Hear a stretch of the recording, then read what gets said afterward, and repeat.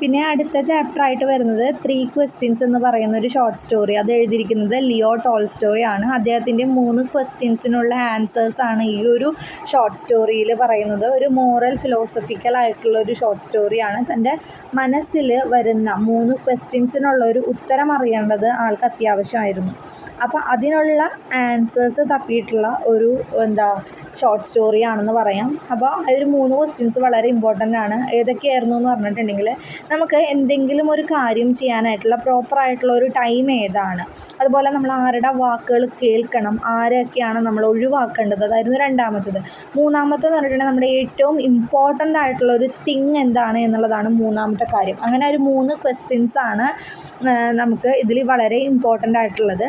അതുപോലെ തന്നെ ഇതിലത്തെ ഒരു രാജാവിൻ്റെ 3 ചോദ്യങ്ങൾക്കും ഉത്തരം പറയാനായിട്ട് ഒരുപാട് പണ്ഡിതന്മാരൊക്കെ അവരുടെ അടുത്തേക്ക് വന്നെങ്കിലും എല്ലാവരുടെയും ആശയങ്ങളും എല്ലാവരും ഡിഫറെൻ്റ് ആയിരുന്നു. അങ്ങനെ ഓരോന്നിനും ഓരോരോ കാര്യങ്ങൾ പറഞ്ഞിട്ട് ലാസ്റ്റ് അതിനുള്ള ആൻസേഴ്സ് അദ്ദേഹത്തിൻ്റെ പ്രവൃത്തിയിലൂടെ തന്നെ അദ്ദേഹത്തിനത് മനസ്സിലാക്കാനായിട്ട് സാധിക്കുകയാണ്.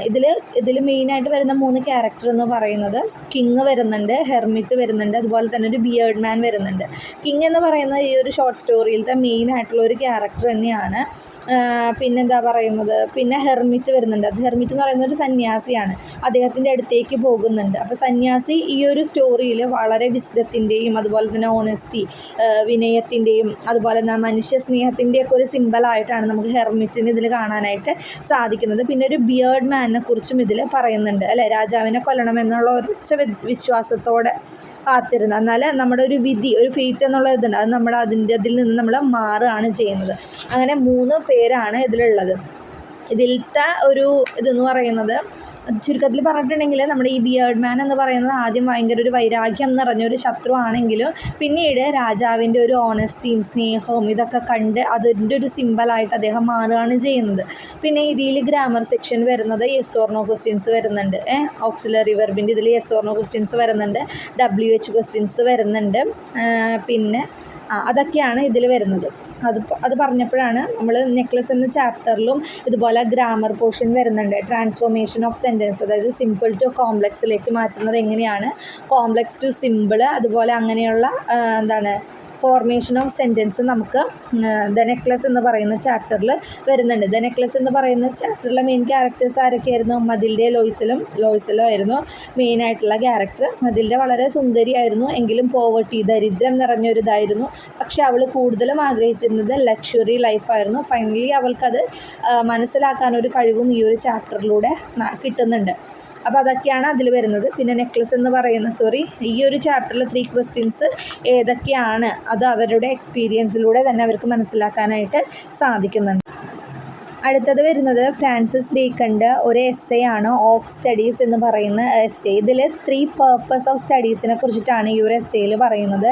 Delight, ornament and ability. അതായത് ഒരു വ്യക്തിയുടെ ലൈഫിൽ റീഡിങ് എത്രത്തോളം ഇമ്പോർട്ടൻ്റ് ആണ് എന്ന് പറഞ്ഞുകൊണ്ടാണ് ഈ ഒരു എസ്സേ സ്റ്റാർട്ട് ചെയ്യുന്നത് തന്നെ. അപ്പോൾ സ്റ്റഡീസിലൂടെ നമുക്ക് പ്രധാനമായിട്ടും 3 പർപ്പസാണുള്ളത്. അതായത് ഡിലൈറ്റ്, ഓർണമെൻറ്റ് ആൻഡ് എബിലിറ്റി എന്നാണ് പറയുന്നത്. വളരെ ഇമ്പോർട്ടൻ്റ് ആയിട്ടുള്ള ഒരു ലെസനാണ്. ഡിലൈറ്റ് എന്ന് പറഞ്ഞിട്ടുണ്ടെങ്കിൽ നമ്മുടെ ഒരു മാനസിക സന്തോഷത്തിന് വേണ്ടിയിട്ട് നമുക്ക് എന്ത് ചെയ്യാൻ പറ്റും? ബുക്സ് വായിക്കാനായിട്ട് സാധിക്കും, അല്ലേ? നമ്മൾ തനിച്ചിരിക്കുമ്പോൾ ഒക്കെ നമുക്ക് ബുക്സ് വായിക്കാനായിട്ട് സാധിക്കും. രണ്ടാമത്തെ ഓർണമെൻറ്റ് എന്ന് പറയുന്നത് ഒരു അലങ്കാരമായിട്ടല്ല, ഒരു കോൺവെർസേഷൻ നമ്മൾ നടത്തുമ്പോൾ നമ്മൾ നല്ലത് വായിച്ചിട്ട്, അറിവുള്ളവരാണെങ്കിൽ എന്ത് ചെയ്യും? ആ കോൺവെർസേഷൻ നല്ല രീതിയിൽ നല്ല വൊക്കാബുലറി യൂസ് ചെയ്തിട്ട് നമുക്കത് കംപ്ലീറ്റ് ചെയ്യാനായിട്ട് സാധിക്കും. ഇപ്പോൾ നമ്മളൊരു ഓർണമെൻറ്റ് ഇട്ട് കഴിഞ്ഞിട്ടുണ്ടെങ്കിൽ അത് എത്രത്തോളം ഒരാൾക്ക് ഭംഗി നൽകുന്നോ അതുപോലെയാണ് നമ്മളൊരു ഓർണമെൻ്റ് ആയിട്ടൊരു കോൺവെർസേഷനിൽ നമ്മൾ വൊക്കാബുലറിയൊക്കെ യൂസ് ചെയ്യുന്നത്. പിന്നെ എബിലിറ്റി എന്ന് പറയുന്നത് നമുക്ക് ഒരുപാട് കഴിവ് തരുന്ന ഒന്നാണ് റീഡിംഗ് എന്ന് പറയുന്നത്. ഒരുപാട് കാര്യങ്ങൾ നമ്മൾ പഠിക്കുകയും അത് നമുക്ക് നിത്യജീവിതത്തിൽ യൂസ് ചെയ്യാനായിട്ടും സാധിക്കും. പിന്നെ അതുപോലെ പറയുന്നത് നാച്ചുറൽ എബിലിറ്റീസിനെയും അതുപോലെ നാച്ചുറൽ പ്ലാന്റ്സിനെയും അദ്ദേഹം ഇതിൽ കമ്പയർ ചെയ്യുന്നുണ്ട്. ബേക്കൻ പറയുന്നത് റീഡിങ് അധികമായി കഴിഞ്ഞാലും അത് നമ്മളൊരു ലേസിനെസ്സിലേക്ക് എത്തിക്കും എന്നാണ് പറയുന്നത്. എക്സാമ്പിളാണ് ഓർണമെൻ്റ്, അല്ലേ? അധികം ആഭരണം യൂസ് ചെയ്താലും അത് അത്ര നല്ല കാര്യമൊന്നുമല്ല. പിന്നെ പറയുന്നത് ബൈ ബർത്തിലൂടെ ലഭിക്കുന്ന ഒന്നല്ല റീഡിംഗ് എന്ന് പറയുന്നത്. അത് നമ്മൾ അക്വയർ ചെയ്തെടുക്കുന്ന ഒന്നാണെന്ന് പറയുന്നുണ്ട്. പിന്നെ പ്രാക്ടിക്കൽ മാൻ എപ്പോഴും സ്റ്റഡീസിനെ കണ്ടം ചെയ്യും, അതായത് കുറ്റപ്പെടുത്തും. വൈസ് മാൻ ആണെങ്കിൽ, ബുദ്ധിയുള്ളവർ സ്റ്റഡീസിനെ എപ്പോഴും നല്ല രീതിയിൽ യഥാർത്ഥ രീതിയിൽ യൂസ് ചെയ്യുകയാണ് ചെയ്യുന്നത്. പിന്നെ ഒബ്സർവേഷനിലൂടെ കാര്യങ്ങൾ നേടിയെടുക്കുക എന്നത് സ്റ്റഡീസ് പ്രൊവൈഡ് ചെയ്യുന്നുണ്ട്. പിന്നീട് പറയുന്നത് വ്യത്യസ്ത തരം ബുക്സിനെ ഡിഫറെൻ്റ് ആയിട്ടാണ് സമീപിക്കേണ്ടതെന്നാണ്. അതായത് അദ്ദേഹം ബുക്സിനെ 3 കാറ്റഗറൈസ് ചെയ്യുന്നുണ്ട്. Some books are to be tasted, some books are swallowed, some are chewed and digested. അല്ലേ, ചിലത് വെറുതെ ഒന്ന് ഓടിച്ച് വായിച്ച് വിടേണ്ടതുണ്ടാവും, ചിലത് വായിച്ച് വിട്ടതിന് ശേഷം ആ ബുക്കിലെ കാര്യങ്ങൾ മനസ്സിലാക്കേണ്ടതുണ്ടാവും. മൂന്നാമത്തേന്ന് പറഞ്ഞിട്ടുണ്ടെങ്കിൽ മാക്സിമം നല്ല രീതിയിൽ വായിച്ച് മനസ്സിലാക്കിയിട്ട് അത് നമ്മൾ റിയൽ ലൈഫിൽ പ്രാവർത്തികമാക്കണം എന്നുള്ളതും പറയുന്നുണ്ട്. പിന്നെ നമ്മളൊരു ഫുൾ ബുക്ക് തന്നെ വായിക്കേണ്ടതില്ല, അതിൻ്റെ എക്സ്ട്രാക്റ്റ് വായിച്ചാലും മതി എന്നാണ് ഫ്രാൻസിസ് ബേക്കൺ പറയുന്നത്. പക്ഷെ അത് ലെസ് ഇമ്പോർട്ടൻ്റ് ആയിരിക്കും. പക്ഷെ ഒരു മാൻ കംപ്ലീറ്റ് ആകുന്നത് റീഡിങ്ങിലൂടെ എന്ന് പറയുന്നുണ്ട് അദ്ദേഹം. ഇപ്പോൾ കോൺവെർസേഷൻ ഒരു മനുഷ്യനെ ക്വിക്ക് ആൻഡ് വിറ്റി ആക്കുന്നു എന്ന് പറയുന്നുണ്ട്. റൈറ്റിംഗ് ആണെങ്കിലോ ഒരു മനുഷ്യൻ്റെ മെമ്മറി ഇമ്പ്രൂവ് ചെയ്യാനായിട്ട് ഹെൽപ്പ് ചെയ്യും. വായിക്കുന്നില്ലെങ്കിൽ അവന് നല്ല നോളജ് ലഭിക്കുന്നില്ല എന്നാണ് അദ്ദേഹം പറയുന്നത്. ഇപ്പോൾ നമ്മളൊരു ഹിസ്റ്ററി പഠിക്കുന്നതെങ്കിൽ അത് നമ്മളെ വയസ്സാക്കും. പോയട്രിയാണ് പഠിക്കുന്നതെങ്കിൽ എന്ത് ചെയ്യും, നമുക്കൊരു കാര്യങ്ങൾ ചെയ്യാനുള്ളൊരു പ്രാപ്തി കഴിക്കും. മാത്തമാറ്റിക്സ് ആണെങ്കിൽ നമുക്കൊരു കൃത്യനിഷ്ഠത ലഭിക്കും. ഫിലോസഫി ആണെങ്കിൽ നമുക്ക് എന്താണ് കാര്യങ്ങൾ കൂടുതൽ ആഴത്തിൽ മനസ്സിലാക്കാനായിട്ട് ഹെൽപ്പ് ചെയ്യും. അങ്ങനെയുള്ള ഒരുപാട് ബുക്സിനെ കുറിച്ചും കാര്യങ്ങളൊക്കെയാണ് അദ്ദേഹം, റീഡിങ്ങിനെ കുറിച്ചൊക്കെയാണ് അദ്ദേഹം കൂടുതൽ പറയുന്നത്.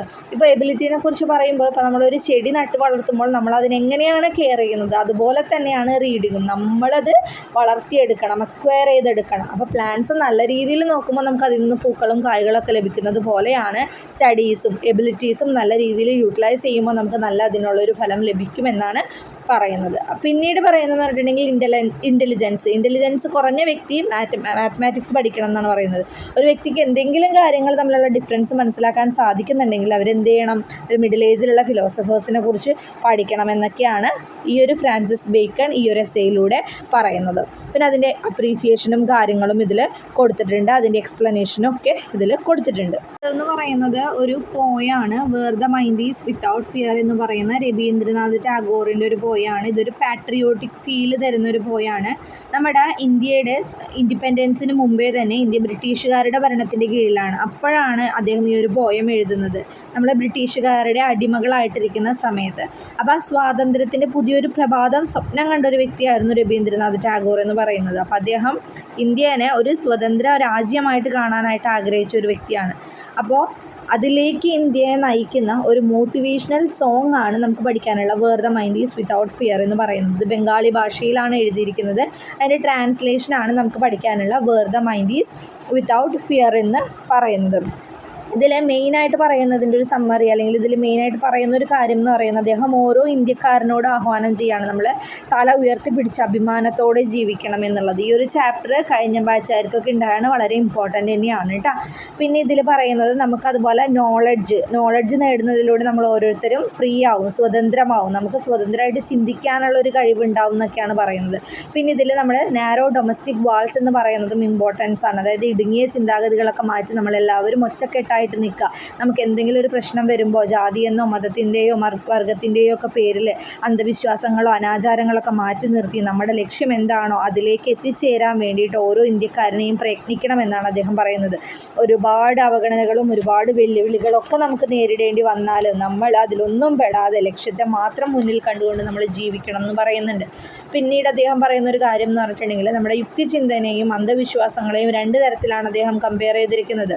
അന്ധവിശ്വാസങ്ങളെ ഒരു മരുഭൂമി, ഡ്രയറി ഡെസേർട്ടായിട്ടും, അതുപോലെ യുക്തിപരമായിട്ടുള്ള ചിന്തകളെ ഒരു ക്ലിയർ സ്ട്രീം, തെളിഞ്ഞ അരുവിയായിട്ടുമാണ് അദ്ദേഹം കമ്പയർ ചെയ്യുന്നത്. നമുക്കറിയാം അല്ലേ, ഒരു മരുഭൂമിയിൽ ഒരിക്കലും ഒരു സ്ട്രീം, നീരുറവ കാണാനായിട്ട് കഴിയില്ല. അങ്ങനെ വന്നു കഴിഞ്ഞാൽ നമുക്കതിനെ മരുഭൂമി എന്ന് വിളിക്കാനായിട്ടും പറ്റില്ല. അതുകൊണ്ട് തന്നെ അന്ധവിശ്വാസങ്ങളൊക്കെ ഒരു മരുഭൂമിയായിട്ടാണ് ടാഗോർ പറയുന്നത്. ആളുകൾ ആ ഡെസേർട്ടിൽ നിന്ന് തെളിഞ്ഞ അരുവിയിലേക്ക് വരട്ടെ എന്നാണ് കവി ആഗ്രഹിക്കുന്നത്. അപ്പോൾ സ്വാതന്ത്ര്യത്തിന് മുമ്പ് ആളുകൾ ഒരുപാട് അന്ധവിശ്വാസങ്ങളിൽ അനാചാരങ്ങളിലൊക്കെ പെട്ടതുകൊണ്ട് അതില്ലാണ്ടാക്കാൻ വേണ്ടിയിട്ട് ഒത്തിരി വ്യക്തികൾ പ്രയത്നിച്ചിട്ടുണ്ട്. സതി, ശൈശവിവാഹം, ഇതൊക്കെ ഓരോരോ അനാചാരങ്ങളായിരുന്നു അല്ലേ. അപ്പോൾ നമ്മൾ ലാസ്റ്റ് പറയുന്നത് ദൈവത്തിനോട് അദ്ദേഹം പ്രാർത്ഥിക്കുകയാണ്, ഓരോ ഇന്ത്യക്കാരനും ഓരോ പുരോഗമന ചിന്തക്കാരായിട്ട് മാറണം. കാരണം നല്ലതിൽ മാത്രം വിശ്വസിക്കുക, നാളെയിൽ വിശ്വസിക്കുക, നമുക്ക് സ്വാതന്ത്ര്യം നേടിയെടുക്കാൻ കഴിയുമെന്ന് നമ്മൾ ജനങ്ങളോട് പറയുകയാണ് ഈ ഒരു പോയത്തിലൂടെ അദ്ദേഹം ചെയ്യുന്നത്. മനസ്സിലായോ? പിന്നെ ഇതിലും ഇതുപോലെ തന്നെ ഗ്രാമർ സെക്ഷൻ വരുന്നുണ്ട്. അതെന്ന് പറയുന്നത് ഡയറക്റ്റ് സ്പീച്ച് ആണെന്ന് തോന്നുന്നുണ്ട് അല്ലേ. Direct and indirect speech active വോയിസും പാസീവ് വോയിസും വരുന്നുണ്ട്. അതിൻ്റെ സ്ട്രക്ചറും കാര്യങ്ങളൊക്കെ നല്ല രീതിയിൽ പഠിച്ചു വയ്ക്കുക. അതുപോലെ തന്നെ literary device, metaphor, simile, alliteration, symbolism, visual imagery ഇങ്ങനെയുള്ള കാര്യങ്ങളും ഇതിൽ ഇമ്പോർട്ടൻ്റ് ആണ്. അതും നിങ്ങൾ നോട്ട് ചെയ്ത് വയ്ക്കുക കേട്ടോ. അടുത്തത് റുഡിയാർഡ് കിപ്ലിങ്ങിൻ്റെ ഇഫ് എന്ന് പറയുന്ന പോയാണ്. ഇത് കുറച്ച് സെക്ഷൻ വൈസ് ആയിട്ടാണ് പറയുന്നത്. ഒരു ഫാദർ തൻ്റെ മകന് നൽകുന്ന അഡ്വൈസുകൾ, ഉപദേശങ്ങളാണ് ഈ ഒരു പോയത്തിൽ പറയുന്നത്. നമ്മുടെ ലൈഫിൽ സക്സസ് ആവാൻ വേണ്ടിയിട്ട്, നമ്മുടെ ലൈഫിൽ ജീവിക്കാൻ, നമ്മുടെ ജീവിതത്തിൽ വിജയിക്കാൻ വേണ്ടിയിട്ട് കുറച്ച് കാര്യങ്ങൾ നമുക്ക് ചെയ്യേണ്ടി വരും. ആ കാര്യങ്ങൾ എന്തൊക്കെയാണെന്നാണ് റുഡിയാർഡ് കിപ്ലിങ് ഈ ഒരു പോയത്തിലൂടെ പറയുന്നത്. ഇതൊരു മോട്ടിവേഷണൽ പോയാണ്. ഈ ഒരു പോയത്തിലൂടെ ഒരു ഫാദർ അദ്ദേഹത്തിൻ്റെ മനസ്സ് തുറന്നായിട്ടാണ് ചെയ്യുന്നത്.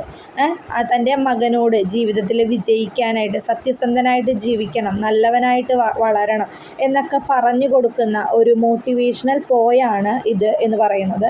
നമ്മളെന്താണ് സത്യസന്ധര, എപ്പോഴും ട്രൂത്ത്ഫുള്ളായിരിക്കണം, നല്ല ക്ഷമയുള്ളവരായിരിക്കണം, കള്ളം പറയാനായിട്ട് പാടില്ല, ബുദ്ധിമുട്ടുള്ള സാഹചര്യങ്ങൾ നമ്മൾ കാമായിട്ട് അതിനെ അതിജീവിക്കാനായിട്ട് ശ്രമിക്കണം. മറ്റുള്ളവർ നമ്മുടെ ഡിസിഷൻസിനെ സംശയിക്കുമ്പോൾ നമ്മൾ എന്ത് ചെയ്യണം, അല്ലെങ്കിൽ ടു ഗുഡ് ടു വൈസ് പാടില്ല എന്ന് പോയിട്ട് പറയുന്നത് എന്തുകൊണ്ടാണ്, പിന്നെന്താ അങ്ങനെയുള്ള അഡ്വൈസുകൾ എല്ലാവരെയും നമ്മൾ കണ്ണടച്ച് വിശ്വസിക്കാനായിട്ട് പാടില്ല. എല്ലാവർക്കും സ്വപ്നം കാണാനും അതുപോലെ തന്നെ നമുക്ക് ഫ്യൂച്ചറിനെ കുറിച്ചിട്ട് ആലോചിക്കാനൊക്കെ ഇഷ്ടമാണ്. പക്ഷേ നമ്മൾ വളർന്നു വരുന്ന നമ്മുടെ ആഗ്രഹങ്ങളും സ്വപ്നങ്ങളും അത് സാക്ഷാത്കരിക്കുന്നതിനെ കുറിച്ചിട്ടാണ് നമ്മൾ ചിന്തിക്കേണ്ടത്.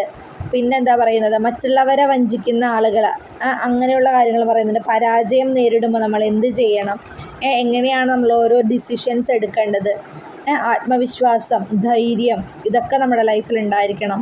ലൈഫിൽ ഒരു ലക്ഷ്യം നേടാനായിട്ട് വലിയ റിസ്ക്കുകൾ എടുക്കേണ്ടി വരും നമുക്ക്. അതൊക്കെ നമ്മൾ ധൈര്യപൂർവ്വം നേരിടണം. അങ്ങനെയുള്ള ഒരുപാട് അഡ്വൈസുകളാണ് ഈ ഒരു പോയത്തിൽ റുഡിയാർഡ് കിപ്ലിങ് നമ്മളോട് പറഞ്ഞു തരുന്നത്. പിന്നെ പറയുന്നത് ഇതിലും ഇതുപോലെ തന്നെ കുറച്ച് ഗ്രാമർ വരുന്നുണ്ട്. Interrogative sentence direct to indirect സ്പീച്ചിലേക്ക് മാറ്റുമ്പോഴുള്ള റിപ്പോർട്ടഡ് സ്പീച്ചിൻ്റെ മാറ്റങ്ങൾ എന്തൊക്കെയാണ്. യെസ് ഓർ നോ ക്വസ്റ്റ്യൻസ് വരുമ്പോൾ റിപ്പോർട്ടിംഗ് വേർബ് മാറ്റുക, WH ക്വസ്റ്റ്യൻസ്. പിന്നെ അതുപോലെ ഇതിൽ വരുന്ന ലിറ്റററി ഡിവൈസാണ് അനഫോറ, അലിറ്ററേഷൻ, അസോണൻസ്, ഐറണി. ഇതൊക്കെയാണ് മെയിനായിട്ട് ഈ ഒരു ചാപ്റ്ററിൽ വരുന്നത്.